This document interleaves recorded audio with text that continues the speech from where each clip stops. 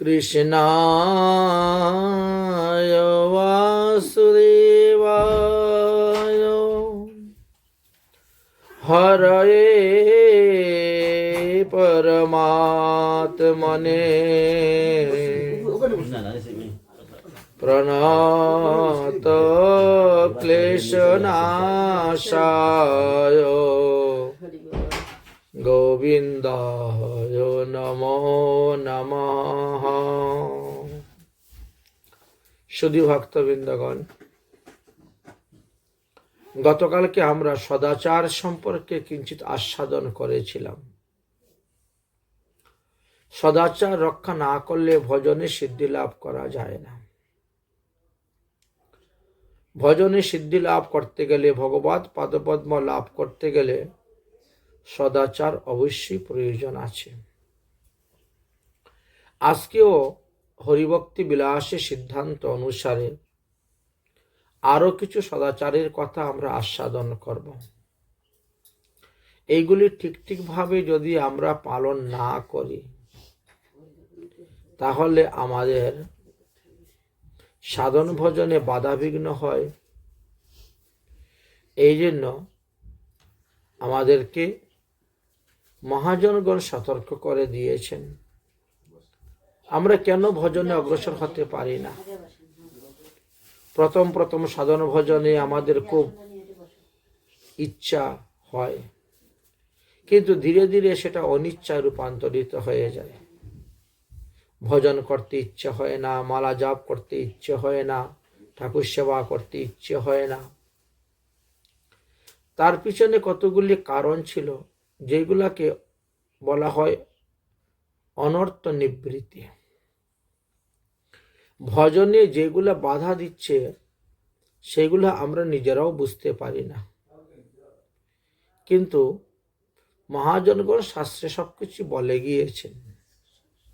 যদি আমরা ঠিকভাবে বিচার করে সিদ্ধান্ত নেই তাহলে অবশ্যই আমরা তার থেকে বিরত হতে পারব।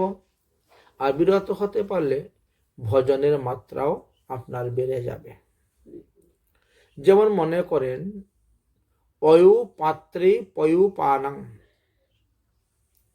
অয়ো পাত্রে পয়োপানং গব্যম সিদ্ধ অন্নম এবচ ভৃষ্টাদিকং মধু গৌরম নারিকেলম উদকং তথা।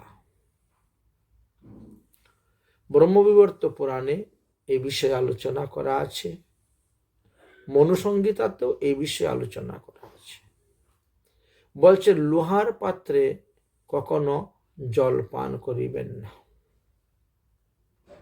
লোহার পাত্রে গব্য দুগ্ধ পান করিবেন না, লোহার পাত্রে ঘৃত সেবন করিবেন না, লোহার পাত্রে সিদ্ধ চাল রান্না করিবেন না, সিদ্ধ ভাত খাবেন না।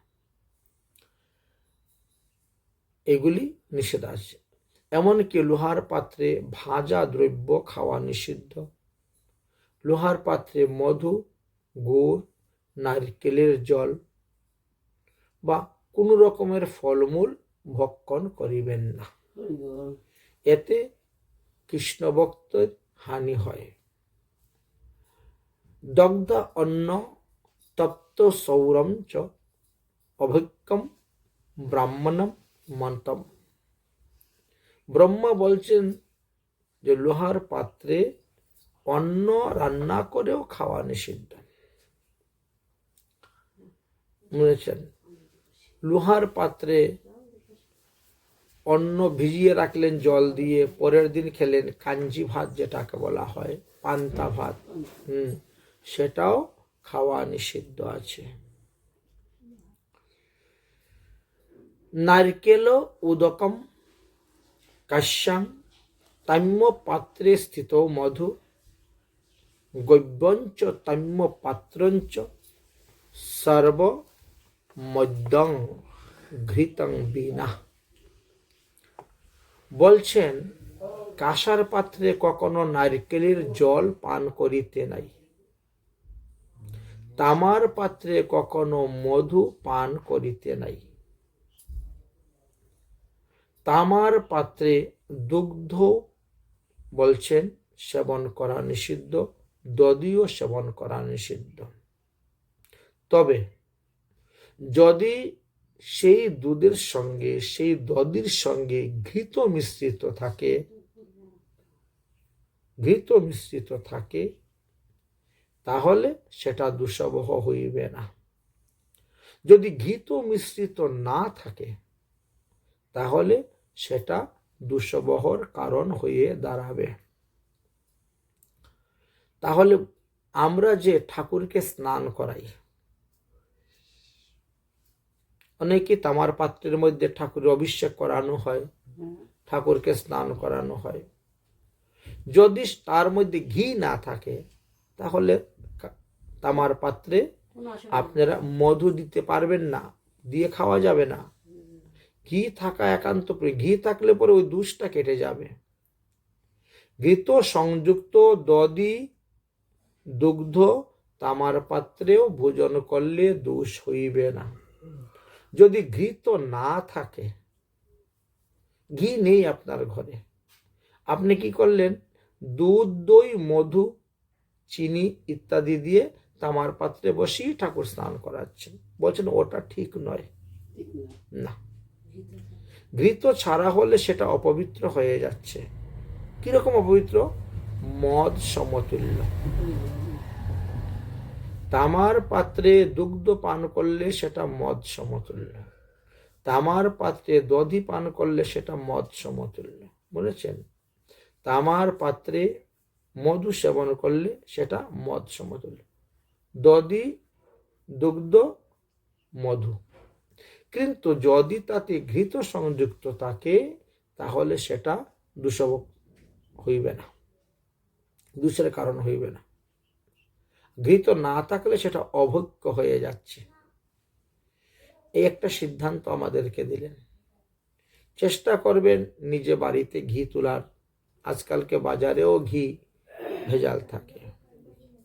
ব্রহ্মবর্ত পুরাণে আরেকটি স্থানে দিয়েছেন, অভৈক্য মধুমিশ্রিতম ঘৃতম তৈলম গুরস্তথা আদ্রিক্যং গুর সংযুক্তং ভক্ষং শ্রুতি সন্মত। বেদশাস্ত্র বলেছেন মধু আর ঘি একসঙ্গে খেতে নাই, তেল এবং মধু একসঙ্গে খেতে নাই, তেল আর গুড় একসঙ্গে খেতে নাই। বুঝেছেন? আদার রসের সহিত গুড় মিশ্রিত করে একসঙ্গে খেতে নাই। এতে বিঘ্ন হয়। কিন্তু অনেক সময় দেখবেন আমরা ওই খইয়ের মোয়া তৈরি করে বা মুড়ির মোয়া তৈরি করে সেখানে আদা দেয়। দেয়, হ্যাঁ। কিন্তু এখানে বলা হয়েছে আদা দিলে সেটা অভৈক্য সমতুল্য হয়ে যায়। হ্যাঁ, আদা দেওয়া যাবে না। হ্যাঁ, এই কথাটা এখানে বলছেন। এতে সাধন ভোজনে বিঘ্ন হয়। আর কি বললেন? কর্পূরং রূপ পাত্রস্থ অভিক্যং শ্রুতি সন্মত।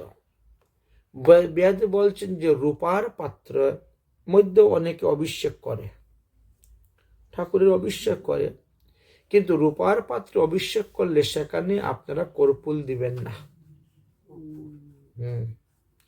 তামার পাত্র হোক, কাঁসার পাত্র হোক, স্টিল হোক বা অন্য কিছু হোক, পাথরের পাত্র হোক, তাতে আপনি কর্পূর দিতে পারবেন।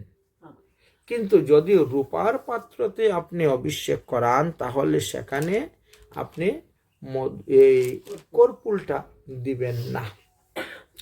এগুলো অতি সূক্ষ্ম সূক্ষ্ম কথা, এগুলো আমরা অনেকে জানি না। বুঝেছেন? তো এই কারণে আমাদের ভজনেও সেরকম বিঘ্ন ঘটে।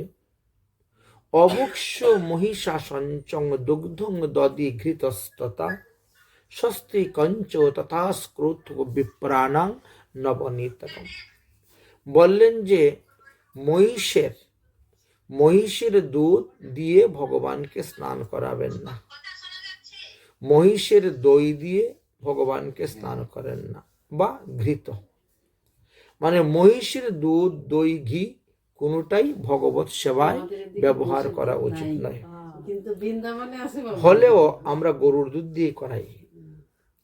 আমরা যখন দুধ কিনতে যাই ওরা আলাদা আলাদা ভাবে রাখে, মহিষের দুধ, গরুর দুধ এগুলো পৃথক পৃথক ভাবে আলাদাভাবে থাকে, আলাদাভাবে রাখে এবং আলাদাভাবে বিক্রি করে। এই জন্য ভগবত সেবার জন্য বললেন, পূজার জন্য কখনো আপনারা মহিষের দুধই ব্যবহার করবেন না, চেষ্টা করবেন গরুর দুধ দিয়েই সর্বদা ব্যবহার করার জন্য। তারপরে কি বলছেন, যে দুধ থেকে মাখন তুলে নেওয়া হয় সেই দুধও ভগবত সেবায় দিতে নাই, ব্যবহার করতে নেই।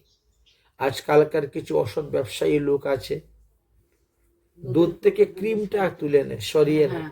ওরা একটা মেশিনের প্রক্রিয়ার মাধ্যমে তারা কি করে, দুধ থেকে ওই ক্রিমটা সরিয়ে নিয়ে তারপরে তারা বিক্রি করে। তো বলছে সেটাও ভগবত সেবার জন্য অনুপযোগী।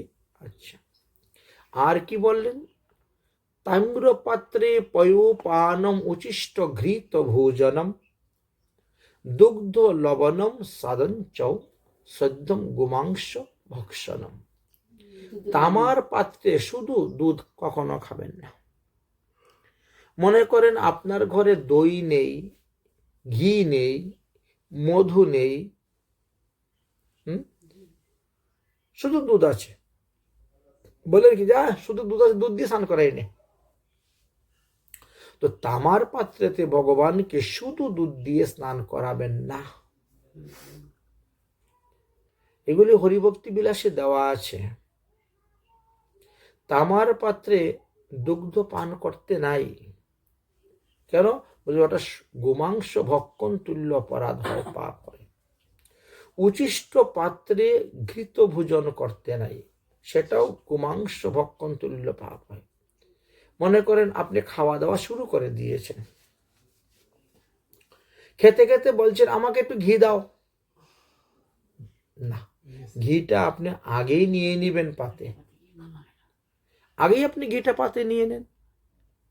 কিন্তু খেতে খেতে যদি বলেন যে আমাকে একটু ঘি দাও, আমি একটু ঘি দিয়ে লবণ দিয়ে খাবো, কাঁচা লঙ্কা দিয়ে খাবো গরম ভাত, সেখানে একটা অপরাধ হয়ে যাবে, আগে নিতে হবে। আর বিশেষ করে কি বললেন, যে দুধের সহিত লবণ কখনো ভোজন করবেন না। অনেকে কিছু কিছু জায়গায় দেখা যায় তারা একটু সুস্বাদু করার জন্য পায়াসের মধ্যে, লুচি কি পায়াসের মধ্যে দিয়ে দেয়, পরমান্ন রান্না করতেছে তার মধ্যে লবণ দিয়ে দেয়। আমি এটা দেখেছিলাম, উড়িষ্যাতে একবার গিয়েছিলাম আমরা পরিক্রমা করতে, এখানে এরকম করছে। বলছে না, এটা উচিত নয়। বলছে আমাদের এখানে তো সবাই দেয়, সেই রকম ভাবে খেয়ে যাচ্ছে। আমাদের দেখবেন বৃন্দাবনে দেখবেন পায়াসের জন্য একটা আলাদা পাত্রই দেওয়া হয়। যে ওয়ান টাইম বাটিগুলো আছে, প্লাস্টিকের বাটি পাওয়া যায়, কাগজের বাটি পাওয়া যায়, বা শাল পাতার বাটি পাওয়া যায়, সেইগুলাকে দেওয়া। এগুলোকে দুনা বলা হয় আমাদের এখানে। আলাদা পায়াসের জন্য একটা পৃথক দুনাই দেওয়া হয়, কারণ দুধের সহিত লবণ ভোজন করা নিষিদ্ধ। এই জন্য বুদ্ধিমান ব্যক্তি যারা, তারা লুচির মধ্যে চিনি দিয়ে দেয়, চিনি দিয়ে লুচি মারে, আটা মেরে লুচি করে, কিন্তু সেখানে লবণ দিবে না। এগুলো অতি সূক্ষ্ম কথা, অত্যন্ত গভীরের কথা ভজনের। তারপরে কি বললেন, নারিকেলম উদকং কাশ্যে তাম্য পাত্রে স্থিত মধু ঐক্যরং তাম্য পাত্রস্তু সুরাতুল্য ন সংশয়। কাঁসার পাত্রে নারকেল জল খাওয়া মানে মদ খাওয়ার সমতুল্য। কাঁসার গ্লাস অনেকেরই বাড়িতে আছে, এখনো দেখা যায়। যাই হোক, হ্যাঁ, তো কাঁসার পাত্রে নারিকেলের জল পান করা আর মদ পান করার সমান। তামার পাত্রে মধু সেবন করা আর মদ সেবন করার সমান। এক কথায় বলছেন যে ইক্কু জাতীয় যে দ্রব্য সমস্ত আছে এইগুলা কখনো সরাসরিভাবে তামার পাত্রে নিয়ে খেতে নাই। বলছেন মনে করো মিশ্রি, চিনি, গুড়, আখের রস, এই চারটিকেই এর ইক্কু জাতীয় দ্রব্য। এই জন্য বলছেন এটা কখনো তামার পাত্রে নিয়ে সেবন করবেন না, তাহলে সেটা মদ সমতুল্য হয়ে যাচ্ছে এবং সে তার ক্রিয়া করবে, সে তার কাজ করবে। এইভাবে আমাদেরকে আরো অনেক কিছু উপদেশ দিয়েছেন। আয়নে সৈব্য পাত্রেণ যদমুষ্প নিয়তে ভোক্সাম তং বৃদ্ধ সৈম্যবং ভুক্ততে দাতা চ নরকং ব্রজেত। লোহার পাত্রে রান্না করে অন্ন যদি কেউ খায় অথবা ভগবানের অনিবেদিত অন্ন যদি কেউ গ্রহণ করে তাহলে তাকে নরকে যেতে হয়, কারণ সেই অন্নটা বিষ্ঠার সমতুল্য হইয়া থাকে। এই জন্য দাতাকে নরকে গমন করিতে হয়। এই নিমিত্ত লোহার পাত্রে অন্ন রন্ধন করা একেবারেই নিষিদ্ধ আছে। যদি আপনি নিরুপায় থাকেন, আমার এই পাত্র ছাড়া কোনো পাত্র নেই, তাহলে কি করতে হবে? বিকল্প রাস্তা হলো আপনি এক মুষ্টি ডাল ছেড়ে দেন। আগে ডালটা ছেড়ে দিলেন, জলটা গরম হলো, ডাল ছেড়ে দিলেন, পরে আপনি চাল ছেড়ে দিলেন, তখন সেই দোষটা কেটে যায়। যেমন আইন আছে, আইনের তো ফাঁকও আছে, ঠিক না? তো এইভাবে একটা দুটো নয়, অনেক অনেক উপদেশ দিয়ে গিয়েছেন। হ্যাঁ, কি কি দ্রব্য কি কি ভাবে ভোজন করলে আমাদের কি কি দূষণীয় হয়, আবার কি কি ভাবে করলে আপনার লাভ হবে। একই দ্রব্য কিন্তু শুধু পাত্র ভেদে, বুঝেছেন? পানীয় পায়সম ভক্ষম ঘৃতম লবণম এবচ হস্ত ধৌত নো গৃহ্ণাৎ তুল্যং গোমাংসশ্চ ভক্ষয়ে। বলছেন কি, জল, পায়াস, ভোগ্যদ্রব্য, ঘৃত এবং লবণ, এই সমস্ত দ্রব্য হস্ত দ্বারা প্রদত্ত করলে গ্রহণ করিবেন না। অর্থাৎ আপনি হাত পেতেছেন আর একজনে হাত দিয়ে আপনার হাতে জল দিচ্ছে, মনে করে আমি হাতটা ধুইব, তো উনি গ্লাস দিয়ে জল না দিয়ে বালতি থেকে ওনার হাত দিয়ে আপনার হাতে দিচ্ছেন আর আপনি হাতটা ধুচ্ছেন, ঠিক আছে, হাত ধুইলেন, কিন্তু সেটা পান করাতে পারবেন না, সেটা পান করা নিষিদ্ধ আছে। এমনকি কেউ যদি পায়াস হাত দিয়ে দেয় সেটা অবৈক্য হয়ে যায়। হ্যাঁ, জল হাত দিয়ে হাতে দিতে নাই, পায়াস হাত দিয়ে পরিবেশন করতে নাই, ঘৃত হাত দিয়ে পরিবেশন করতে নাই, লবণ হাত দিয়ে পরিবেশন করতে নাই। এগুলোর জন্য চামচ দিয়ে পরিবেশন করতে হয়। রান্নার ব্যাপারটা আলাদা, খাওয়ার কথা এখানে বলা হচ্ছে তো, হ্যাঁ, এখানে খাওয়ার কথা বলা হচ্ছে। বলছেন এইগুলো যদি হাত দিয়ে পরিবেশন করা হয় তাহলে সেইগুলা অবৈক্য, মানে গোমাংস তুল্য হয়ে যায়। এই জন্য পরিবেশনকারীকে খুব চিন্তা করে বিচার করে পরিবেশন করতে হবে। তাড়াহুড়ো করতে গিয়ে আমরা অনেক সময় তাই করি, ঠিক না? লবণ তো প্রায় হাত দিয়ে দেওয়া হয়, আমাকে একটু লবণ দাও তো, তখন হাত দিয়ে এক চিমটি এনে দিয়ে দিলাম। তো এখানে আমাদেরকে খুব সুন্দর ভাবে দেখাচ্ছেন যে এই সমস্ত দ্রব্য আপনারা চামচ দিয়ে পরিবেশন করবেন। জল দিচ্ছেন, কোনো ঘটি দিয়ে জল দেন বা জগ দিয়ে জল পরিবেশন করুন, ঠিক আছে। ঘৃত, লবণ, এইগুলো চামচ দিয়ে পরিবেশন করবেন। পরিবেশনকারী চেতে ভুঙ্ক্তিং পরিষ্যতে যদি তদ ভক্ষঞ্চ তদ অন্ন সর্বেশম এব সন্মতম। আরো একটা বিশেষ কথা বললেন, পরিবেশন করতে গিয়ে যদি আপনার হাতাটা কারো পাতের মধ্যে লেগে যায়, সঙ্গে সঙ্গে এই হাতাটা ধুয়ে নিতে হবে। ওটা আর বালতিতে, সবজির বালতিতে বা অন্য বালতিতে প্রবেশ করাতে পারবেন না। করালে ওর সমস্ত উচ্ছিষ্ট হয়ে যাচ্ছে সব। এই নিয়মটা সবাই মানে। আরেকটা বিশেষ নিয়ম বললেন, আপনি পরিবেশন করে যাচ্ছেন, একজন লোক খেতে খেতে হয়তো আপনার হাত ধরে টান দিল বা কাপড় দিয়ে টান দিব, আরে আমাকে একটু ডাল দিয়ে যাও। ওই যে আপনাকে স্পর্শ করলো না, এতেও আপনার হাতে যে বালতিটা আছে, বালতি সবকিছু ওর উচ্ছিষ্ট হয়ে গেল, বুঝেছেন?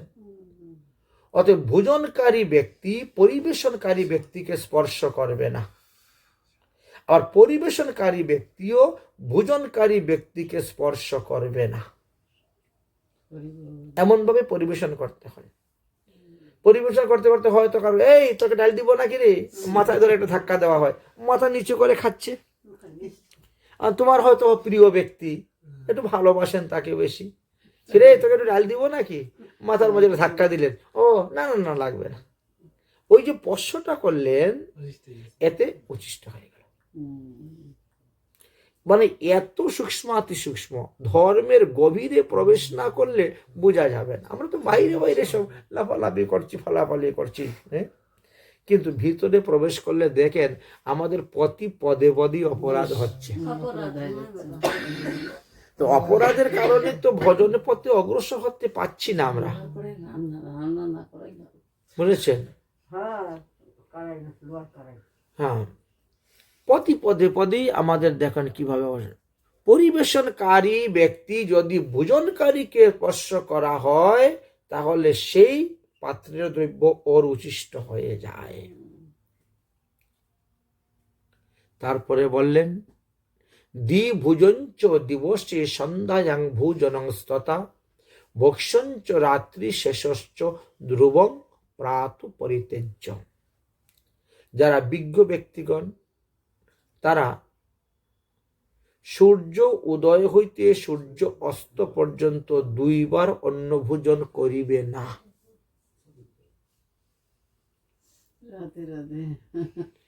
সূর্য উদয়তে সূর্য অস্ত 12 ঘন্টা, বলছেন এই 12 ঘন্টার মধ্যে একবারই অন্ন ভোজন প্রশস্ত, বুঝলেন?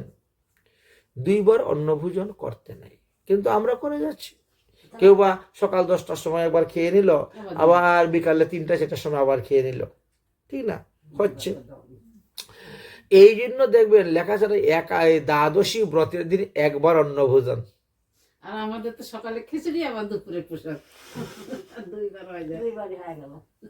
2 বার হয়ে যাচ্ছে। কিন্তু আমরা তো এত কিছু মানে ভজনের এত গভীরে যাই না। এবার কি বললেন, বলছেন সন্ধ্যায়াম, সন্ধ্যাকালে কোনো অবস্থায়ও অন্ন ভোজন করা যাবে না, এবং শেষ রাত্রি, ভোরবেলা, সূর্যোদয়ের আগে ভোরবেলা কখনো অন্ন প্রসাদ সেবন করা যাবে না। কেউ যদি মনে করে সূর্য উদয় থেকে তো একাদশী ব্রত আরম্ভ, তা আমি এখন 4টা খেয়ে নেই, হ্যাঁ, তারপরে সারা দিন আর কিচ্ছু খাবো না। হ্যাঁ, যেমন ইসলাম ধর্মের মুসলমানরা এরা রোজা রাখে, এরা ভোর 4টার সময় উঠে খেয়ে নেয় বা 3টার সময় উঠে খেয়ে নেয়, হ্যাঁ, কিন্তু সেটা কিন্তু আমাদের ধর্মে সম্পূর্ণ নিষিদ্ধ, সনাতন ধর্মে কিন্তু নেই, এটা নিষিদ্ধ। তাদের ধর্মের ব্যাপার তারা জানে, কিন্তু আমাদের সনাতন ধর্মে বলছেন যে খবরদার ভোরবেলা কখনো অন্ন ভোজন করবে। এই জন্য আমরা সকালবেলা ভগবানকে মাখন মিষ্টি ভোগ দেওয়া হয়। ভোরবেলা যে আমরা মঙ্গল আরতি করি, মঙ্গল আরতিতে কখনো অন্নভোগ দেওয়া হয় না, ওখানে মাখন মিষ্টি ভোগ দেওয়া হয়ে থাকে। সিঙ্গার আরতিতে গিয়ে কেউ কেউ খিচুড়ি বা অন্য আলু সিদ্ধ অন্ন বা বিভিন্ন কিছু ভোগ দিয়ে থাকেন। এই আরেকটি নিয়ম আমাদের পাওয়া গেল। এবার কি বলছেন, উত্থায় বামহস্তেন যত্নেন পিবতম দ্বিজৌ সুরাবাতি সবিঘ্যেয় সর্বধর্ম বহিষ্কৃত। বলছেন খাবারে বসে কখনো বাম হাত দিয়ে জল পান করবেন না। অন্ন খেতে বসেছেন, প্রসাদ খেতে বসেছেন, গ্লাসটাই ডাইন দিকে রাখবেন, বাম দিকে গ্লাস রাখতেই নেই। জলপাত্রটা আপনি আপনার ডাইন দিকে রাখবেন এবং ডাইন হাতে আপনি জল পান করবেন, বাম হাতে জল পান করিবেন না। কারণ উহা মদ্যপানের সমতুল্য, 1 নম্বর। দ্বিতীয় হলো আপনি যা ধর্মকর্ম করতেছেন সব বিফল হয়ে যাবে। ধর্মকর্মর যে ফলটা, সেই ফলটাই আপনার নিষ্ফল হয়ে যাবে, বিফল হয়ে যাবে যদি আপনি বাম হস্তে জল পান করেন। এখন কেউ হয়তো প্রশ্ন করতে পারে, বলে যার ডাইন হাত নাই, অনেকের তো অ্যাক্সিডেন্ট হয়ে বা কোনো কারণে ডাইন হাতটা হয়তো চলেই গেছে, বা কেউ ডাইন হাত ভেঙে গেছে, এখন 15 দিন 20 দিন 1 মাস বা আমাদের সব কিছু করতে হচ্ছে, ওটা ব্যাপার আলাদা। পরিস্থিতি স্বাভাবিকের ক্ষেত্রে এইসব কথা বলা হয়েছে, এই সমস্ত নিয়ম দেওয়া হয়েছে, বুঝেছেন। আর কি আমাদেরকে দিলেন, বাতিঙ্গান ফলেন চৈশ্য গোমাংস কার্তিকে স্মৃত মাগে চ মূলকেন চৈব কলমি শয়নেস্তথা। কার্তিক মাসে বেগুন ভক্ষণ করা ওটা গোমাংস সমতুল্য, মাঘ মাসে মূলা ভক্ষণ করা গোমাংস সমতুল্য। শয়ন একাদশী হইতে উত্থান একাদশী পর্যন্ত 4 মাস কলমি শাক ভক্ষণ করা সেটাও গোমাংস সমতুল্য। হ্যাঁ, তারা বৈষ্ণব, তারা 12 মাসেই কলমি শাক খায় না, কিন্তু অন্যান্যদের ক্ষেত্রেও বলা হয়েছে যে চাতুর্মাস্যের সময়ে কখনো কলমি শাক ভক্ষণ করিবে না, বুঝেছেন। অনেকে বলে যে না, কার্তিক মাঘ মাসের খালি চতুর্দশীতে মূলা না খাইলে হয়, কিন্তু এমন কথা নয়। হরিভক্তি বিলাসে পরিষ্কার বললেন যে সম্পূর্ণ মাঘ মাসটাই আপনি মূলা ভক্ষণ ত্যাগ করিবেন। আরো একটা বিশেষ নিয়ম দিলেন, রাত্রি চ দধি ভঞ্জন চ শয়নম সন্ধ্যাশ্চয় দিনে রজস্বলা বিরানাঞ্চ পুংশ্চলি নামন ভক্সৈক্য। কি বললেন, রাত্রিবেলা কখনো দধি ভোজন করিবে না। দই খাও, সন্ধ্যার আগে খেয়ে নাও, রাত্রিবেলা দধি ভোজন করিবে না। ত্রিসন্ধ্যাকালে শয়ন করিবে না, বুঝেছেন, শয়ন করিবে না। তারপরে কি বললেন, রজস্বলা স্ত্রীলোকের রন্ধন অন্ন খাইবে না। আচ্ছা, রজস্বলা তো একজন মানুষ যদি সেটা গ্রহণ করতে নিষিদ্ধ, তাহলে ভগবানের ক্ষেত্রে তো আরো নিষিদ্ধ, ভগবানের ক্ষেত্রে আরো নিষিদ্ধ দেখা যায়।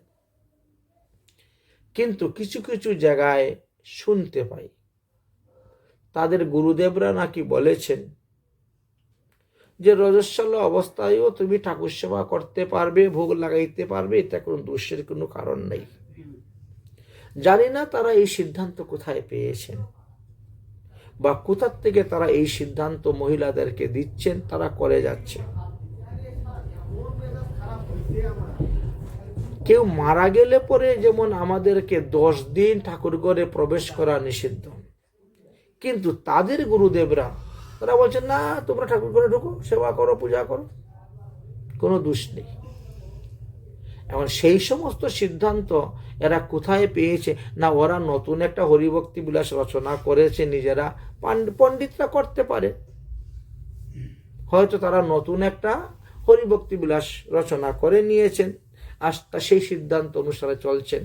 তাহলে এই প্রাণ প্রতিষ্ঠিত মন্দির থাকলে অন্য পূজারি আনতে হয় না? হ্যাঁ, যদি যে মন্দিরের বিগ্রহ প্রতিষ্ঠা হয়, যে মন্দির প্রতিষ্ঠা হয়, বিগ্রহ স্থাপন করা হয়, সেই মন্দিরে কখনো কেউ জননৌষস এবং মরণৌষস অবস্থায় সেই পূজারি পূজা দিতে পারবে না, তাকে 10 দিন মানতেই হবে। অন্য পূজারি আনতে হবে। হ্যাঁ, অন্য পূজারি আনতে হবে, এনে দিতে হবে। আর যদি বিগ্রহ ছোট ছোট থাকে, তুমি তোমার বাড়ির থেকে অন্যত্র স্থানান্তরিত করতে পারো, অন্য বাড়িতে পাঠিয়ে দিতে পারো, বা অন্য বাড়ির লোক এসেও এখানে সেবা পূজা করতে পারবে। অচল বিগ্রহ নেওয়া যাবে না, তাহলে এখানে এসে সে পূজা করবে। কিন্তু বর্তমানে কিছু কিছু সিদ্ধান্ত শুনতে পাই। ওই তো আজকেই শুনলাম রাজারামপুরে গেলাম, ওখানে জানে কার কার শিষ্যরা আছেন, কদিন আগে কে মারা গিয়েছিল, ওরা ঠাকুর ঘরে ঢুকি সেবা পূজা করতেছেন, মানেননি। রজস্বলা অবস্থা তো তারা ঠাকুর সেবা করেন, রান্না বান্না করেন, ঠাকুরের স্নান করান। তাদের গুরুদেব নাকি বলছে এটা ফুল না আর কি কি জানি বলছেন, এতে কোনো দোষ নেই, হ্যাঁ, এতে কোনো কিছু নেই। কিন্তু শাস্ত্র সিদ্ধান্ত তো দিতে হবে। আমি যেমন হরিভক্তি বিলাস থেকে এই সিদ্ধান্তটা তুলে ধরেছি, এই সিদ্ধান্তটা খণ্ডনটা কোথায় লেখা আছে সেটা তো বলতে হবে, প্রমাণ দিতে হবে। তো আজকালকার লোক তো আর আগের মতো নয়, সবাই একটু প্রমাণ চায়। এখানে লেখা আছে রজস্বলা আবিরাঞ্চ পুংশ্চলি নাম ন ভক্ষায়। রজস্বলা স্ত্রীলোকের রন্ধনযুক্ত অন্ন খাইবে না।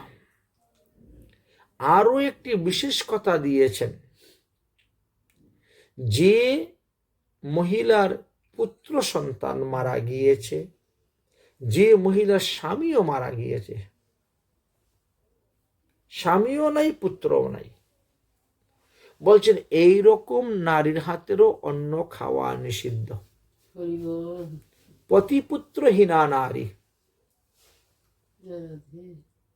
বুঝেছেন, লেখা আছে পতিপুত্রহীনা নারীর হাতেরও অন্ন ভোজন করা নিষিদ্ধ। এবং বেবিচারী ভ্রষ্টা স্ত্রী লোক যারা বেশ্যাবৃত্তাদি অবলম্বন করে, পতিতাদি কাজ করেন, এদের হাতের রন্ধন অন্ন গ্রহণ করা নিষিদ্ধ। এখন বলছেন কেন নিষিদ্ধ করা হয়েছে? দুষ্কৃতি হি মুনিষ্য সর্বম অন্নে প্রবিষ্টতি, जो ঐশং অন্ন সমপ্নতি সতস্বপ্নতি কিঙ্কতি। কেন বলা হয়েছে? দুষ্কৃতি ব্যক্তির হাতের অন্ন কি হয়, ওর পাপ সেই অন্নতে প্রবেশ হয়।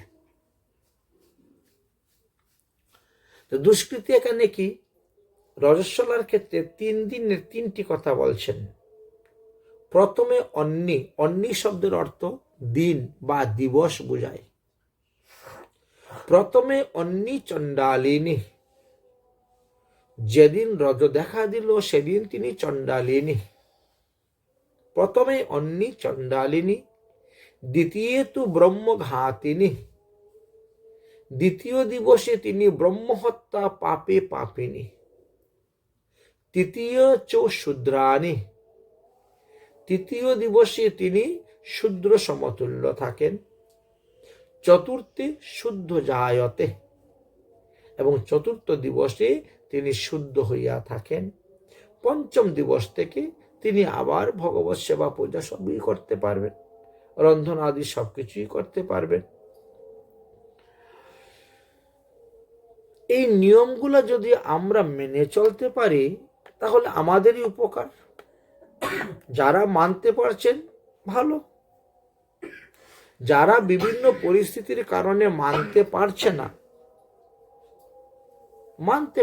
বিভিন্ন কারণে, সেটা তাদের দোষ এবং দোষের ফল তারা ভোগ করে যাচ্ছে।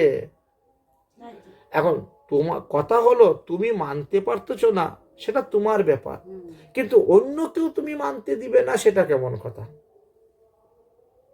অন্য কেউ মানতে দিবে না, এটা কেউ যদি মানতে চায়, হ্যাঁ ঠিক আছে ভাই ভালো, তুমি এটা মানতেছো, করতে পারতেছো, ভালো করো, আমার দ্বারা হচ্ছে না, আমি পারছি না, আমার দ্বারা হচ্ছে না, যে জন্য নিজেকে আফসোস করতে হবে। তর্ক করে কখনো শাস্ত্রের লেখাকে তো পাল্টাতে পারবেন না, কিন্তু শাস্ত্রের দ্বারা আপনার তর্ককে খণ্ডন করা যাবে, আপনার সিদ্ধান্তকে খণ্ডন করা যাবে। বুঝেছেন? এই জন্য হরিভক্তি বিলাসটা এখন বর্তমান সময়ে না, সবার ঘরে থাকা দরকার।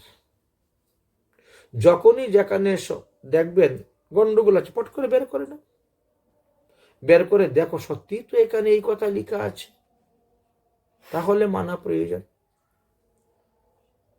এই গত 3 দিন আগে এক জায়গাতে গিয়েছি, তো এক পাঠক মশাই পাঠ করে বলছেন যে চরণামৃত খাওয়ার পরে যদি মাথায় হাত দেও তাহলে তোমাদেরকে সর্প হইতে হবে, সর্পজনী থেকে জন্ম হইবে। অতএব চরণামৃত খেয়ে মাথায় মুছলে যে মুছবে সে সর্পজনী হবে। আরেক পাঠক মশাই এর কিছুদিন পরে গিয়ে পাঠ করছেন, চরণামৃত পান করে যে মাথায় হাত দেয় সে নরকে যায়, সারা জীবন নরকে পড়ে থাকে, নরক থেকে তার কোনো নিষ্কৃতি নাই। কিন্তু হরিভক্তি বিলাসটা খুলে দেখেন তো, চরণামৃত প্রাণের মন্ত্রটা দেখেন তো কি আছে, অকাল মৃত্যু হরণম সর্বব্যাধি বিনাশনম বিষ্ণু পাদোদক পিত্বা তং শিরসি ধারণামজ্জ। লেখা আছে যে চরণামৃত পান করে সেই হাত তুমি মস্তকে ধারণ করবে। যদি উচিষ্ট মনে করে তুমি মাথায় হাত না দাও, বা কেউ যদি মনে করে চরণামৃতটা আগে আমি মাথায় দিয়ে দিব পরে আমি মুখে দিব, হবে না, উল্টা উল্টা হয়ে যাচ্ছে, এতে অপরাধ হচ্ছে। আমরা তো প্রমাণ স্বরূপ দিচ্ছি, কিন্তু তারা যে সমস্ত উল্টা পাল্টা মত দেশের মধ্যে প্রচার করে একটা বিভ্রান্ত সৃষ্টি করে যাচ্ছেন, তাদের কোনো সিদ্ধান্ত দিতে পারেন না। জিজ্ঞেস করেছিল কোনো এক ব্যক্তি সাহস করে যে চরণামৃত পান করে মাথায় হাত দিলে যে সর্প হতে হবে, এটা কোথায় লেখা আছে? ওই ব্যক্তি এক কথায় উত্তর দিয়েছে, যাও ভাগবতে লেখা আছে দেখো, কালীয় নাগ দৃষ্টান্ত। না, এটা ভুল সিদ্ধান্ত। কালীয় নাগ পূর্বজন্মে চরণামৃত পানকে মাথায় হাত দিয়েছিল বলে সে কালীয় নাগ হয়েছে, এ কথা লেখা নাই। এটা দুজন মুনি নিয়ে ঝগড়া হয়েছিল, সেই মুনি এক মুনি আরেক মুনিকে অভিসম্পাদ দিয়েছিলেন। একজন বলছে তুমি সাপের মতো ফুসফুস করো কেন এত, তো যাও তুমি সাপ হয়ে যাও। আরেকজন বলছে তুই তো কাকের মতো কে কে করছিস, ভ্যাবে করছিস, কাকের মতো ডাকি কর, যা তুই কাক হয়ে যা। এই জন্য একজন সাপ সর্প কালীয় নাগ হয়েছিলেন, আরেকজনে কাক ভূষণ্ডী হয়েছিলেন, বলেছেন। কিন্তু চরণামৃত পানের করা নয়। তো এইভাবে কিছু কিছু নতুন নতুন পাঠকের আবির্ভাব হয়েছে। এরা নতুন সাধু, নতুন পাঠক, বহু লোকের শোনা কথা তারা বলে, শাস্ত্র দেখে না, শাস্ত্র পড়ে না। লোকের শোনা কথা বললে দোষ আছে, কারণ যে ব্যক্তি বলেছে তিনি শাস্ত্রের সিদ্ধান্ত বলছে না, তিনার মন গড়া বলছে, সেটা তো বুঝতে হবে, বিচার করতে হবে। এই জন্য আমরা প্রতিটা শ্লোক উচ্চারণ করে তার প্রমাণ দিয়ে দিই, কোথায় কোথায় লেখা আছে, কোন পুরাণে লেখা আছে। আছে তোমাদের ঘরে হরিভক্তি বিলাস? হ্যাঁ, যখনই কেউ কিছু বলবে দেখবেন এসে ঘরে মিলিয়ে যে ওই পাঠকের কথাগুলা ঠিক আছে কিনা। যদি দেখেন যে ওনার সিদ্ধান্ত ভুল, তাহলে দূর থেকে দণ্ডবত, এমন বৈষ্ণবের সঙ্গ করার দরকার নেই। এমন বৈষ্ণবকে দূর হইতে দণ্ডবত, রাধে রাধে। কারণ হরিভক্তি বিলাসের সিদ্ধান্তের বিরুদ্ধে গিয়ে যে বলবে, যে ধর্ম প্রচার করে যাবে, বাস্তবে তো ধর্ম প্রচার করতেছে না, ধর্মের ক্ষেত্রে অধর্ম প্রচার করে যাচ্ছে, মানুষকে বিভ্রান্ত ফেলতেছে, মানুষকে কুপথে ধাবিত করতেছে। তো এমন বক্তার মুখে পাঠ শুনে কি লাভ হইবে? আমরা তো আর ভুল পথে চলে যাব। আমি মানতে পারতেছি না, এটা আমার দোষ, কিন্তু আমি যেটা মানতে পারতেছি না, যেটা আমি অধর্ম করছি, সেটা আমি ধর্ম বলে কেমন করে বলবো অন্যকে? আমি নিজে নত হয়ে যাব, হ্যাঁ ভাই শাস্ত্রে এইভাবে লেখা আছে, কিন্তু আমি মানতে পারতেছি না। তোমরা মানো, তোমরা মানো, এইটি হলো কথা। কোন পরিস্থিতির কারণে আমি মানতে পারছি, কিন্তু তোমরা মানো। তো এই যে আমাদেরকে খাওয়া দাওয়ার বিষয় নিয়ে বললেন, যার তার হাতের রান্ধন খেতে নাই কেন? দুষ্কৃতি হি মুনিষ্যসি সর্বং অন্যে প্রতিষ্ঠিতম। যে ব্যক্তি দুষ্কৃতিকারী, সে অন্ন রান্না করে যদি আপনাকে দেয়, ওর পাপ আপনার দেহের মধ্যে প্রবেশ হইবে।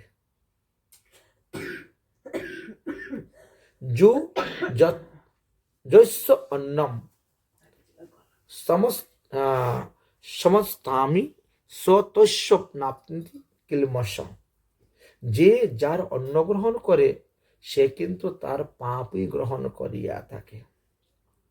এই জন্যই গরুর পুরাণ এবং বরাহ পুরাণে বলছেন, যেখানে সেখানে শ্রাদ্ধ খেতে যাইও না। যার তার বাড়ি, যার তার শ্রাদ্ধ খেতে যাইও না। যার শ্রাদ্ধ খাবেন, তার পাপই আপনাকে গ্রহণ করা হইবে।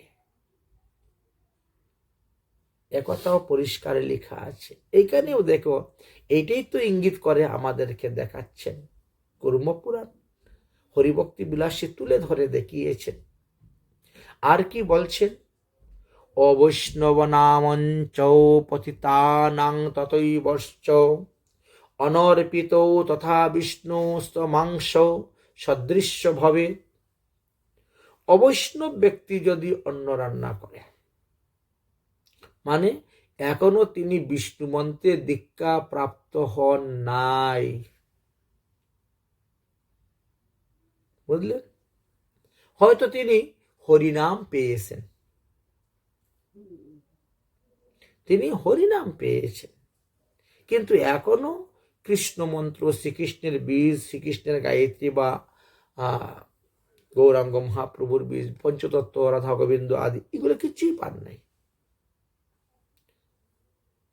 বৈষ্ণবের নিকট হইতে বিষ্ণু মন্ত্র যদি কারো কানে প্রবেশ হয়, তাহলে তিনি গিয়ে হলেন বৈষ্ণব। অবৈষ্ণব নামঞ্চ পতিতানাং তথৈবর্চ অনর্পিত তথা বিষ্ণু সামাংশ সদৃশ্য ভাবে।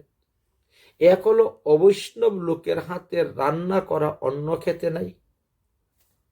2 নম্বর হলো পতিত ব্যক্তি, পাপী পতিত ব্যক্তির হাতে রান্না খেতে নাই। 3 নম্বর হলো ভগবানের অনিবেদিত অন্ন গ্রহণ করিতে নাই। এই 3 প্রকার অন্নকেই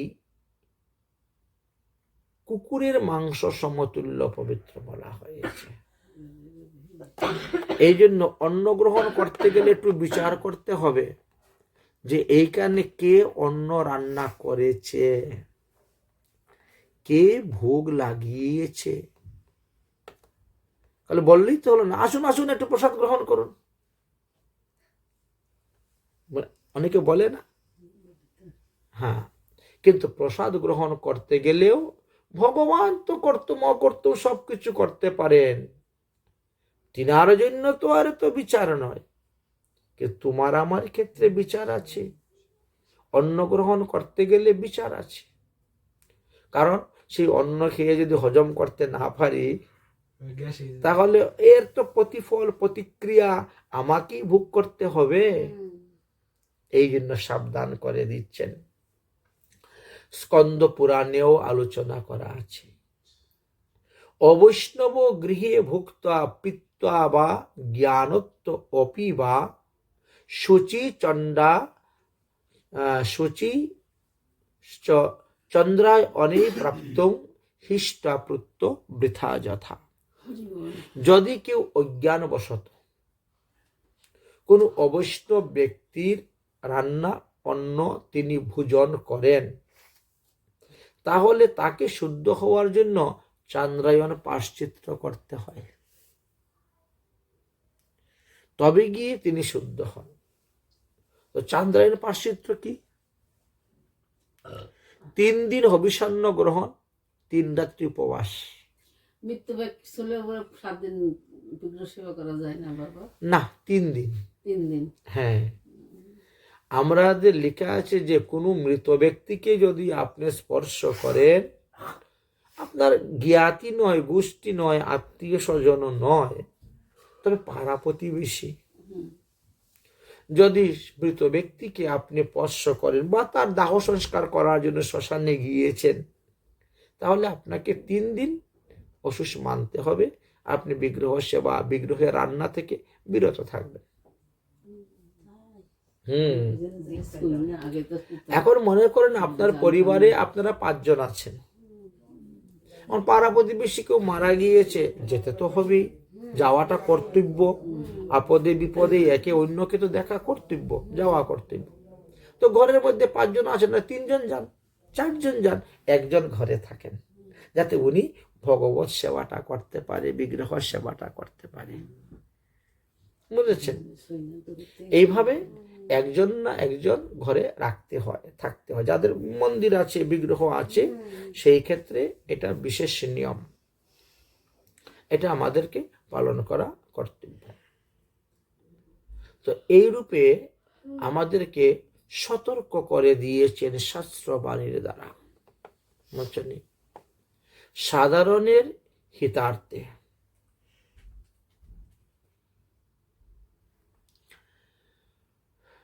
জনসাধারণের হিতার্থেই এই সমস্ত উপদেশগুলো আমাদেরকে দিয়ে যাচ্ছেন। বৈষ্ণবানাং হি ভোক্তব্য প্রার্থনাং বৈষ্ণবে সদা অবৈষ্ণবমাপ্নুতম পরিত্যজ্যম এব বেদ। বলছেন যারা বৈষ্ণব, তোমরা সর্বদা এক বৈষ্ণব আরেক বৈষ্ণবের নিকটে গিয়ে অন্ন প্রার্থনা করবে বা অন্ন গ্রহণ করবে, আরেক বৈষ্ণবের বাড়িতে গিয়ে অন্ন গ্রহণ করিবে। অবৈষ্ণবের অন্নটাকে না অপবিত্র বলা হয়েছে, উহা বিষ্টা আদির ন্যায়ী পরিত্যজ্য বলা হয়েছে। এমনকি ব্রাহ্মণ হইয়াও যদি সে অবৈষ্ণব হন,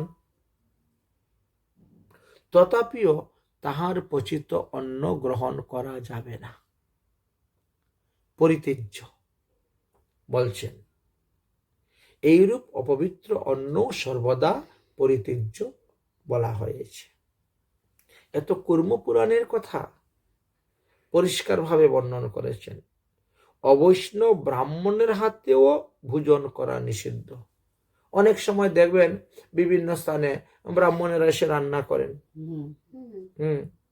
বলে তো ব্রাহ্মণই তো রান্না করেছে, কিন্তু সেই ব্রাহ্মণ মৎস্য মাংস সেবন করতেছেন, বা তিনি বিষ্ণু মন্ত্রে দীক্ষা গ্রহণ করেনি নাই, মাত্র উপনয়ন সংস্কার হয়েছে, উপনয়ন সংস্কার হয়েছে, পৈতা পেয়েছেন, পৈতা গলায় ঝরিয়ে ব্রাহ্মণত্ব দেখাচ্ছেন, ঘুরে বেড়াচ্ছে। তো ব্রাহ্মণ তো মাত্র 9 গুণে, আর একজন বৈষ্ণব হলো 100 গুণে। 100 গুণে বৈষ্ণব আর 9 গুণে ব্রাহ্মণ। ব্রাহ্মণ থেকে অনেক ঊর্ধ্বে কিন্তু বৈষ্ণবরা। এটা সবাই বুঝে না, বুঝতে চায়ও না। অনেক ব্রাহ্মণ আছে এটা মেনে নিতে চায় না। তারা মনে করে বর্ণনাং ব্রাহ্মণ গুরু, আমাদের উপরে আর কেউ নেই, আমরাই সবার গুরু। বুঝেছেন? কিন্তু মহাপ্রভু কিন্তু এই সমস্ত মতপথকে ভেঙে দিয়ে বুঝিয়ে দিয়েছেন, কিন্তু সেই মতপথটা সবাই গ্রহণ করে না, সবাই তো গ্রহণ করে না।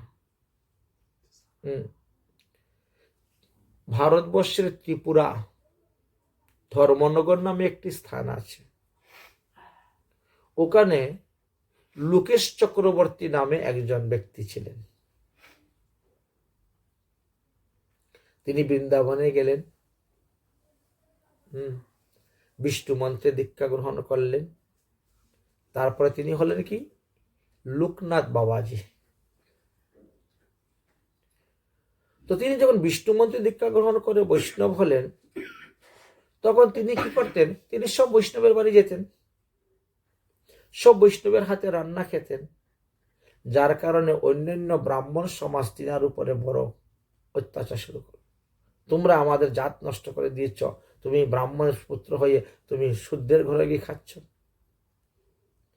তিনি বললেন, দেখো শাস্ত্রে তো লেখা আছে, আমি তো শাস্ত্র বিরোধী কিছু করতেছি না। একজন বৈষ্ণব আরেকজন বৈষ্ণবের হাতে অন্ন গ্রহণ করবে, এটা শাস্ত্রে লেখা আছে।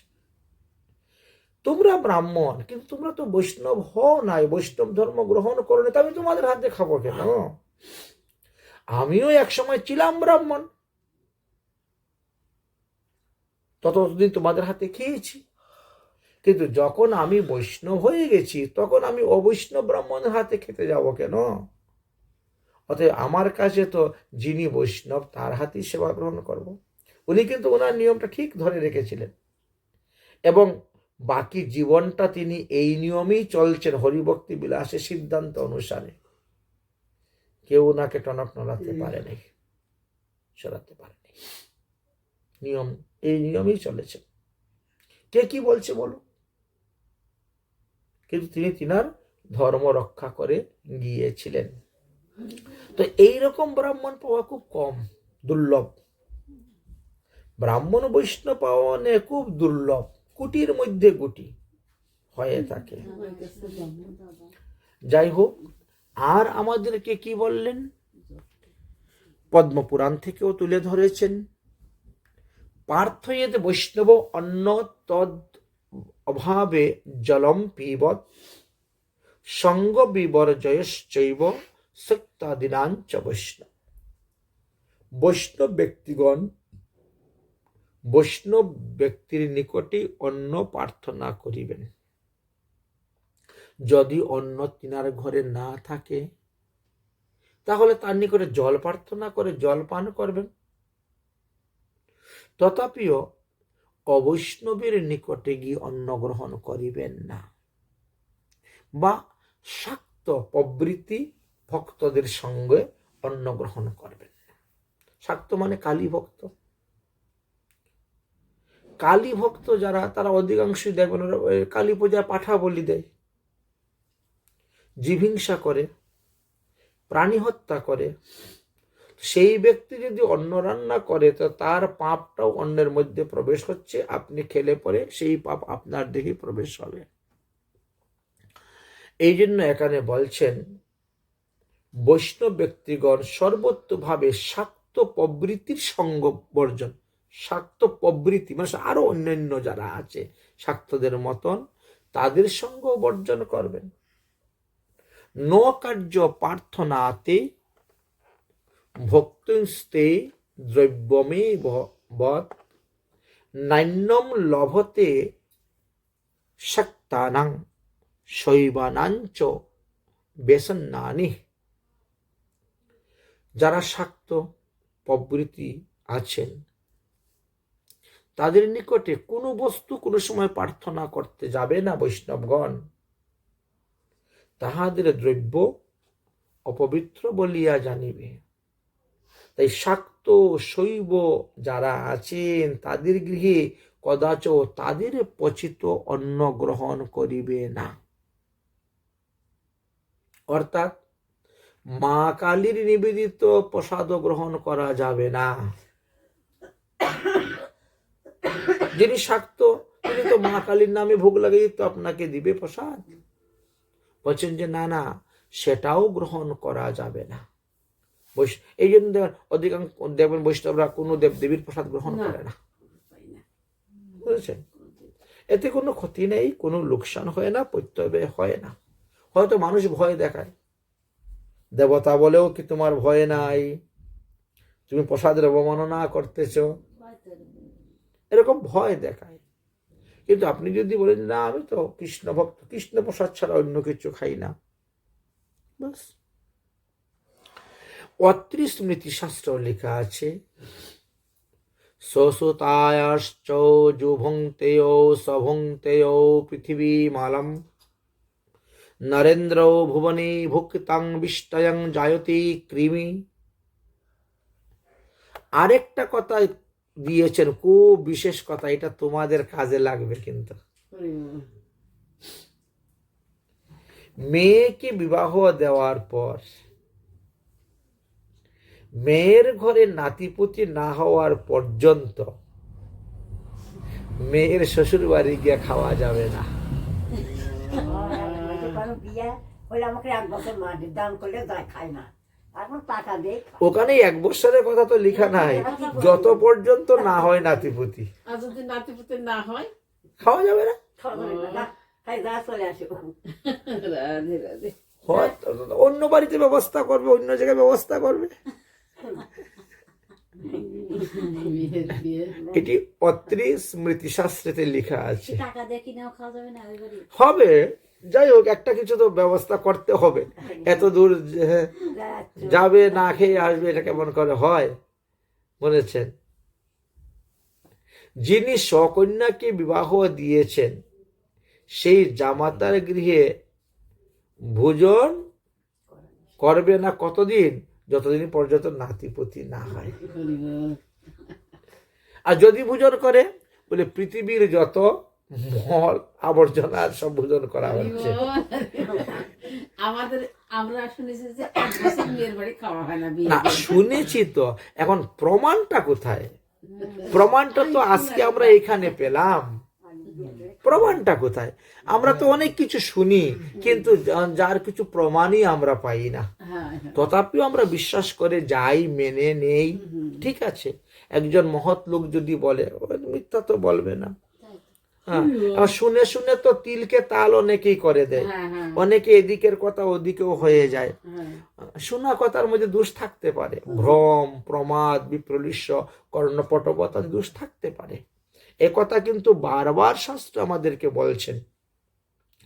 আপনারা সোজাসুজি ভাবে দেখুন শাস্ত্র, তাহলে তো হয়ে গেল। তারপরে কি বলছেন? বলছেন রাজার বাড়িতেও, রাজার গৃহে অন্নভোজন করিতে নাই, সেটাও নিষেধ আছে। রাজারা অনেক পাপি তাপি থাকে, তো অনেক জীব হিংসা, প্রাণী হিংসা করে, অনেক এইরকম, এইভাবে অনেক অনেক কিছুই আমাদেরকে নিষেধ বলেছে। সুতরাং দীক্ষা গ্রহণের পর সদাচার পালন করা অবশ্যই কর্তব্য। বুঝলেন? এটি কর্তব্য। সাধারণত মূত্র ত্যাগেও আমাদের জলশৌচ করতে হয়। মলত্যাগে হয়তো আপনি লুম্বস্ত্র ব্যবহার করতে পারেন, শীতের দিন এখন লুম্বস্ত্র ব্যবহার করতে পারেন। না হলে সুতি বস্ত্র থাকলে আপনাকে সবস্ত্রে স্নান করে আসতে হবে, সুতি কাপড়। একমাত্র ব্রহ্মা লুম্বস্ত্রটা কলিযুগের জন্য শুদ্ধ রেখে গেছেন। শুধু লুম্বস্ত্র নয়, কলিযুগের জন্য 4টা বস্তুই ব্রহ্মা শুদ্ধ রেখেছেন। কি কি? এক হলো লুম্বস্ত্র, এক হলো অগ্নি, এক হলো কুশ, ওই যে কাশিয়া, কাশি পাতা, আর ব্রাহ্মণ। এই 4টিকে বলছেন কলিযুগের জন্য শুদ্ধ। পুরুষদের ক্ষেত্রে কি বিধান দিলেন? দাঁড়াইয়া দাঁড়াইয়া কখনো মূত্র ত্যাগ করিবে না। মলমূত্র দাঁড়ানো অবস্থায় ত্যাগ করা নিষিদ্ধ আছে।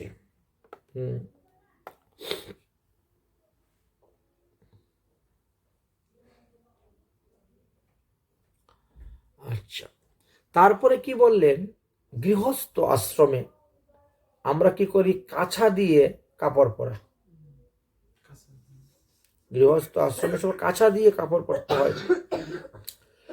এই কাছা না করলেও প্রস্রাব করা নিষিদ্ধ আছে। যদি কেউ কাছা না খুলে সেই কাছার বাম দিকে মূত্র ত্যাগ করেন, তাহলে সে তার পিতার মুখে প্রস্রাব করতেছে। হরি বল। আর যদি ডাইন দিক দিয়ে প্রস্রাব করে, তাহলে সে দেবতার মুখে প্রস্রাব করিতেছে জানিবে। এই জন্য পুরুষদের ক্ষেত্রে বলছেন, দেখো তোমরা কাছা খুলেই প্রস্রাব করবে বসে। আচ্ছা, প্রস্রাব করলেও কিন্তু আমাদের শরীরটা অপবিত্র হয়, অসুষ হয়, পায়ে টায়ে পড়লে অসুষ হয়। এই জন্য সঙ্গে সঙ্গে পা ধুইতে নিতে হয়, মুখের মধ্যে 3 বার জল নিয়ে কুল্লা করতে হয়, এবং সূচি মন্ত্র অপবিত্র পবিত্র বা গঙ্গেচ্চ যমুনাচ্চ ইত্যাদি মন্ত্র বলে ছিটা দিলে তখন সে শুদ্ধ হয়ে যায়। আচ্ছা, এবং মলমূত্র ত্যাগের পরও আমাদের জলশৌচ করার পরেও মৃত্তিকা স্পর্শ করতে হয়। তো আজকালকে তো সব সাবান শ্যাম্পু বা টাইলসের ঘর, আন্ডারগ্রাউন্ড সব রাস্তা, জলের মাটি ব্যবহার করলে তো 2 দিন পরে তো সব বন্ধ হয়ে যাবে। তাহলে কি করা যায়? বলছেন মাটিটাকে ভালো করে মাখাবেন, মাখিয়ে আমলকির মতন গোল গোল দানা বানাইবেন। বুঝেছেন? এই কুমারে দেখেন না পালেরা যে পাতিলটা যে বানাচ্ছিল মাটি ওইরকম ভাবে করে খুব গোল গোল করে আমলকি, আর সাবান ব্যবহার করেন, শ্যাম্পু ব্যবহার করেন, যাই করেন, করার পর ওই আমলকিটা মাটিটা নিয়ে এই হয়ে গেল, মাটি স্পর্শ তো হলো, মাটি স্পর্শ হয়ে গেল আপনার।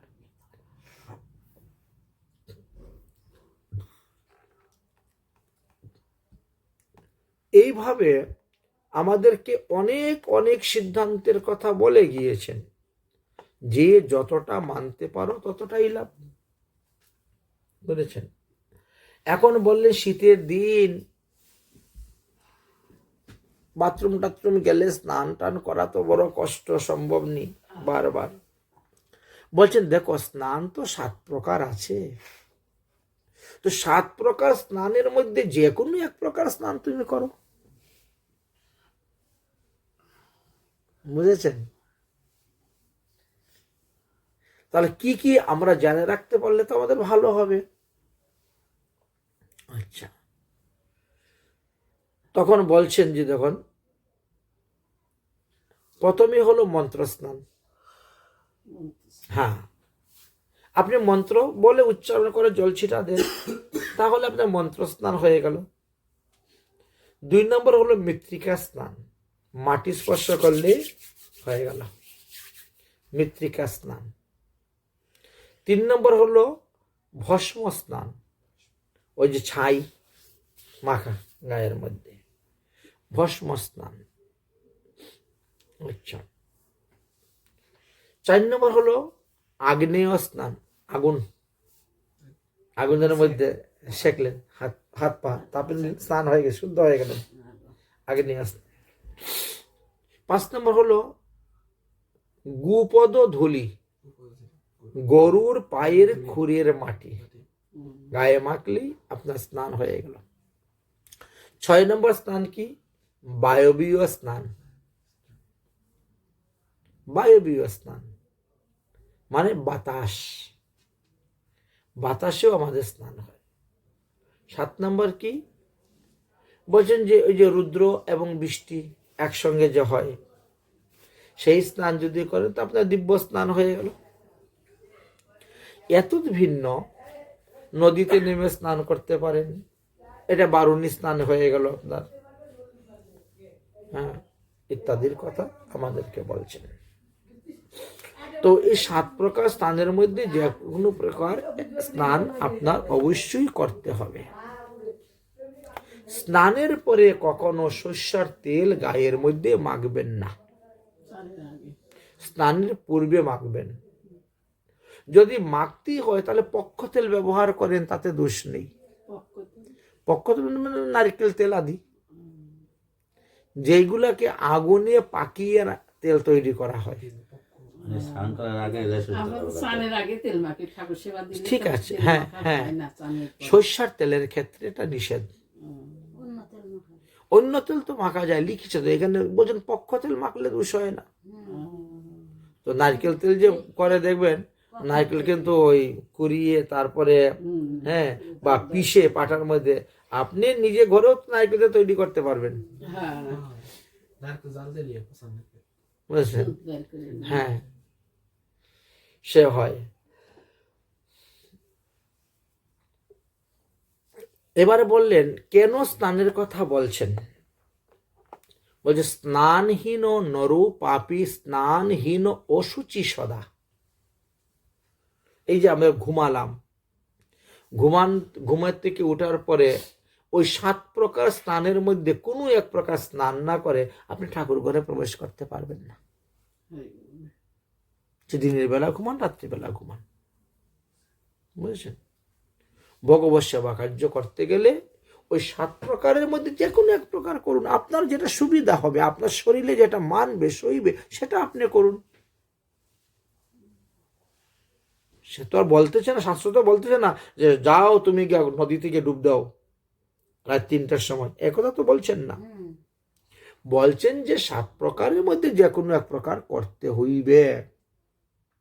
স্নানহীন নরু পাপী স্নানহীন অসুচি সদা। আমাদের 9টি দ্বার, ঘুমালে পরে কখন কোন দ্বারে দিয়ে কি বেরোবে আমরা তো বুঝতে পারবো না, বুঝেছেন? তাহলে যে স্নান করে না সে অসুচি। অসুচি অবস্থায় দেবালয়ে দেবকার্য করা নিষিদ্ধ। এমনকি পিতৃকার্য মানে পিতা মাতার শ্রাদ্ধাদি কার্য করা নিষিদ্ধ। এইগুলো যারা করতে যায় বলছেন তখন দেবতাও বিমুখ হয়ে যান, পিতৃগণও তার থেকে বিমুখ হয়ে যান।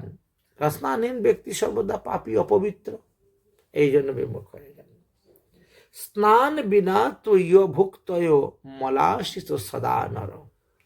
বলছেন স্নান না করে কোনো কিছু ভোজন করবেন না। স্নান না করে কিছু ভোজন করলে সেটা মলভোজনের সমানই হয়ে থাকে। হরিভক্তি বিলাসের প্রথম বিলাসে, তৃতীয় বিলাসে, প্রথম খণ্ড তৃতীয় বিলাসের 246 নম্বর শ্লোক দেখলে পরেই আপনারা পাবেন। আমরা ক্রম অনুসারে এগুলো আলোচনা করে আসতেছি, সবগুলা বিষয়ই সেখানে লেখা আছে। সুতরাং কর্তব্য হলো প্রতিদিন প্রাতকালে উঠো, স্নান করো, তিলক করো, গুরু মন্ত্র আহ্নিক মন্ত্র জপ করো, তারপরে সেবা পূজা করো, ভোজন করো, এতেই তো মঙ্গল। যজ্ঞ দান তপ হোম শ্রাদ্ধায় পিতৃতর্পণম ব্যর্থ ভবতি তৎসর্বং ঊর্ধ্বপুণ্ড বিনাকৃতম। কিছু কিছু লোক আছে স্নান করে ঠাসকা ঠাকুর করে ঢুকে যায়, তারপর ঠাকুর পূজা টুজা করার পরে এবার গে তিলক করলো। এরকম দেখেছি অনেক স্থানে, আমি দেখি বলে কি রে বাবা এত তারা ওরা কি লেগে গেছে, বুঝেছেন? অন্যের কথা কি বলবো, সে কয়রা কলে গিয়েছি, বিদেশু নাম শুনেছো একজন, তারে 10 বার বলেও তিলক করাতে পারি নাই, এসে ফস করে রান্না চাপাই দিয়েছে। রান্না চাপাই, তিলকটা তো কর, সময় কই, আর সময় বের করলে হয়ে যায়, কোনো কর্মই হবে না, বুঝেছেন? ঠাকুরের এরা তো দেখে না হরিভক্তি বিলাস, সিদ্ধান্ত জানে না, শুনে না, বুঝেছেন? হরিভক্তি বিলাসী সিদ্ধান্ত যদি মেনে চলো তাহলে তো হয়েই গেল। বলছেন আপনি যজ্ঞ করেন আর দান করেন, তপস্যা করেন আর হোম করেন, শ্রাদ্ধায়ন মানে গীতা পাঠ, ভাগবত পাঠ, অথবা পিতা মাতার শ্রাদ্ধ তর্পণ যা কিছুই করেন না কেন, যদি কপালে ঊর্ধ্বপুণ্ড তিলক না থাকে সবই বিফল যায়, সবই বিফল যায়। তিলক ধারণ না করিয়া যজ্ঞ দান তপ হোম বেদ পাঠ পিতৃতর্পণ আদি যা কিছু করা যায় সমস্ত বিফল হইয়া থাকে। সুতরাং নিত্য তিলক রচনা করিবেন। যে কোনো ভগবত কার্য করতে গেলে আগে আচমন করবেন, শরীরকে পবিত্র করবেন, বুঝলেন? মলমূত্র ত্যাগ করলেও আচমন করতে হয়, মন্ত্র স্নান করতে হয়। কোথায় ভ্রমণ করতে গেলে ঘরে আসার সঙ্গে সঙ্গে হাত পা ধুয়ে একটু জল ছিটা মারতে হবে, আচমন করতে হবে, শরীর পবিত্র করতে হবে। এমনকি কাশি উঠলে, হাঁচি আসলে, থুতু ফেললেও আচমন করতে হয় ভগবত সেবা কার্যে। মনে করেন আপনি মন্ত্র স্মরণ করতে বসেছেন, মন্ত্র স্মরণ করতে করতে হাঁচি এসে গেল, সঙ্গে সঙ্গে আপনাকে আবার আচমন করতে হবে। বা অদূপ বায়ু ত্যাগ হয়ে গেল, আচমন করতে হবে, এটা নিয়ম। বা থুতু ফেলছেন, আসন ছেড়ে উঠে চলে গেছেন, তখন আবার আসলেন, বসলেন, আচমন করতে হবে। শাস্ত্র পাঠকালে আচমন করতে হবে। কথা বলতে বলতে গিয়ে মুখ স্পর্শ করলে আচমন করতে হবে। অনেক সময় কথা বলতে বলতে অনেক রুমাল দিয়ে মুখ মুছে না অনেকে, তো আবার আচমন করতে হয়, বা জল স্পর্শ করে আচমন করতে হয়। তারপরে কি বলছেন? হ্যাঁ, মালা জপ করতে করতে যদি আপনার কাছে কোনো সাধুগুরু বৈষ্ণব আসেন, সেই মালা রেখে আচমন করে আপনি তাকে প্রণাম করবেন, মানে হাত ধুয়ে। তিনাকে প্রণাম করার পরে আবার হাত ধুইবেন, ধুয়ে মালা হাতে নিবেন, জপ করবেন। বুঝেছেন? তো এইভাবে আমাদেরকে শিক্ষা দিচ্ছেন এবং বলছেন যতটা পারো লীলাস্মরণ, মন্ত্রস্মরণ এগুলা অবশ্যই করবে। মানসিক চিন্তন, মানসিকভাবে ভগবত সেবা পূজা করবে। এক তো বাহ্যিক সেবা পূজা আছে, আর এক মানসিক সেবা পূজা আছে। তো বাহ্যিকভাবে সেবা পূজা করবেন, আর মানসিকভাবেও আপনারা সেবা পূজা করে যাবেন। অন্তর বাহ্য দুই তো সাধন। বাহ্য দেহে করে ভক্ত শ্রবণ কীর্তন, মনে নিজ সিদ্ধ দেহ করিয়া ভাবন, রাত্রি দিন চিন্তে রাধা কৃষ্ণের চরণ বা লীলা স্মরণ ইত্যাদির কথাই বর্ণন করে গিয়েছেন। তাহলে আমরা এখন বুঝতে পারলাম যে ভগবত ধর্ম, বৈষ্ণব ধর্ম যাজন করতে গেলে হরিভক্তি বিলাসটা আমাদের খুবই প্রয়োজনীয়। যদি এই সিদ্ধান্ত মেনে আমরা চলতে পারি, তাহলে অতি তাড়াতাড়ি সিদ্ধি লাভ করা যাবে সাধন ভজনে, ভগবান পাদপদ্ম লাভ করে। কারণ এইগুলো না মানাই তো হলো ছিদ্র। যতই ভজন করো না কেন, সেই ভজনের দ্বারা আপনার কুম্ভ পরিপূর্ণ হচ্ছে না, খালি রয়ে যাচ্ছে।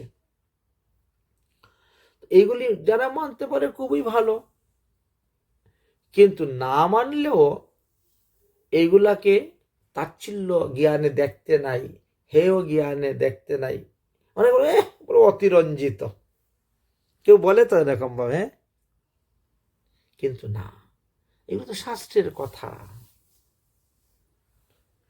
এগুলো তো আমাদের মন গড়া কোনো কথা নয়। আর আমরা কখনো মন গড়া কথা কোনো কাউকে বলিও না। শাস্ত্রে যাহা বিধি বিধান দেওয়া আছে তাহাই আমরা তুলে ধরি। হয়তো আমি পারতেছি না, আপনি পারতেছেন না, কেউ না কেউ তো পারবে।